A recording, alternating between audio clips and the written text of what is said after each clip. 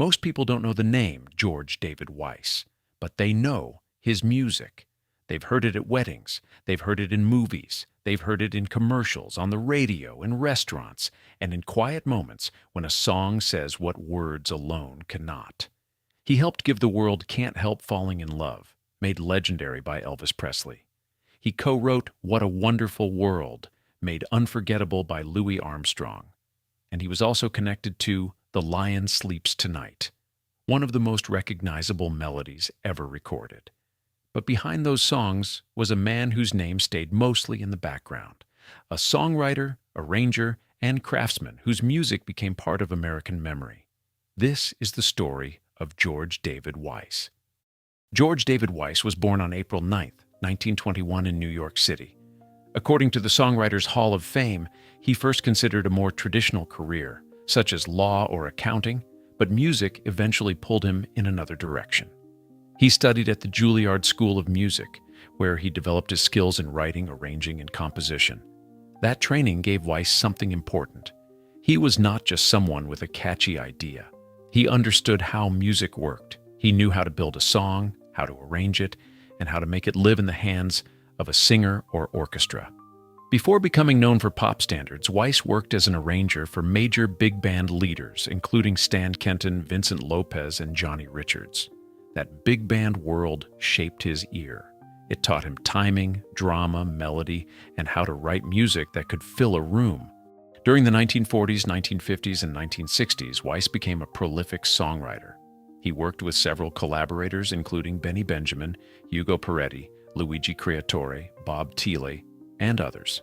Many songwriters from that era were not household names, but their work shaped popular culture from behind the scenes. Weiss helped write songs recorded by some of the greatest voices in music history.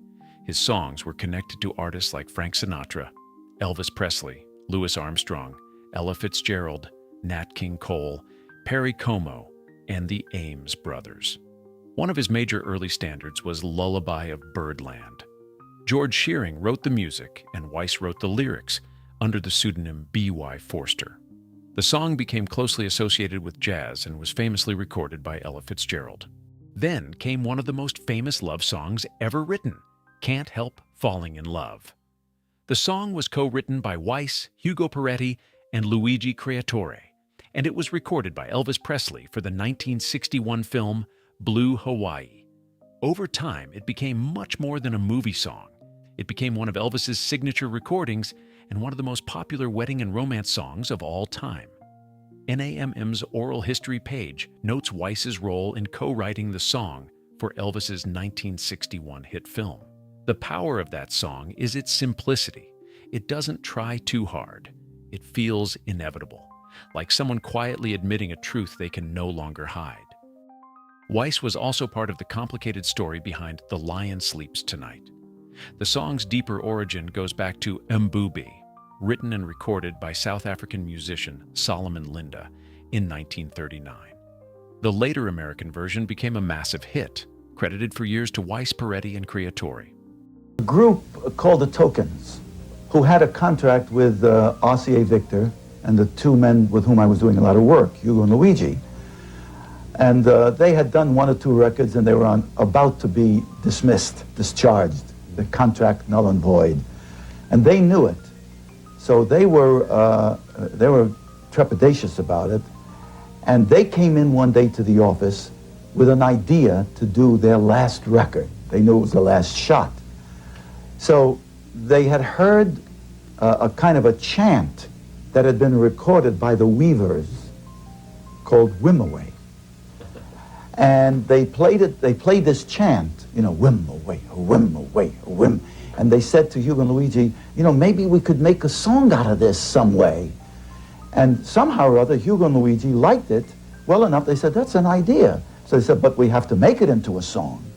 So Hugo and Luigi said, we'll call George and work with him. So they called me, and I did some research on it, and I found out that whim-away was a phrase or a word or a sound that was used in Africa either when you went on a lion hunt, or when you came back from the lion hunt, or when the lions had finished eating various sundry people, I don't know exactly what it was, but I got that, and then from that I got the idea to write something about lions, you know? So it came out like... In the jungle, the mighty jungle, the lion sleeps tonight. Ho, ho, ho. In the jungle, the mighty jungle, the lion sleeps tonight.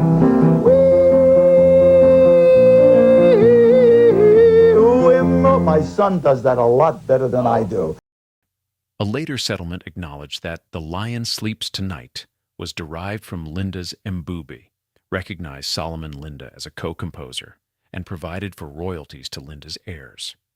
That part of Weiss's story is important because it shows how complicated music history can be.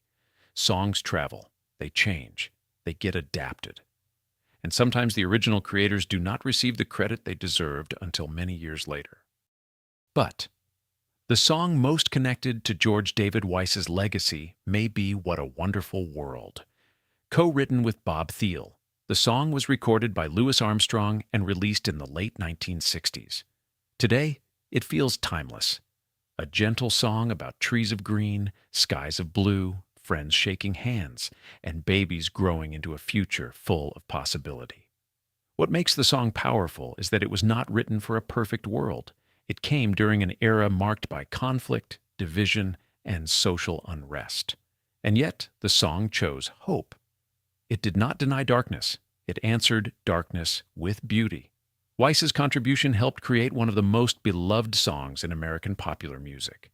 Obituaries after his death consistently identified him as one of the writers behind both "What a Wonderful World" and "Can't Help Falling in Love." Weiss was not limited to single songs. He also worked in theater and film.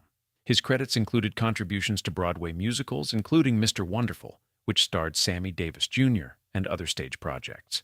He also contributed to film scores such as Murder, Inc. and Gidget Goes to Rome.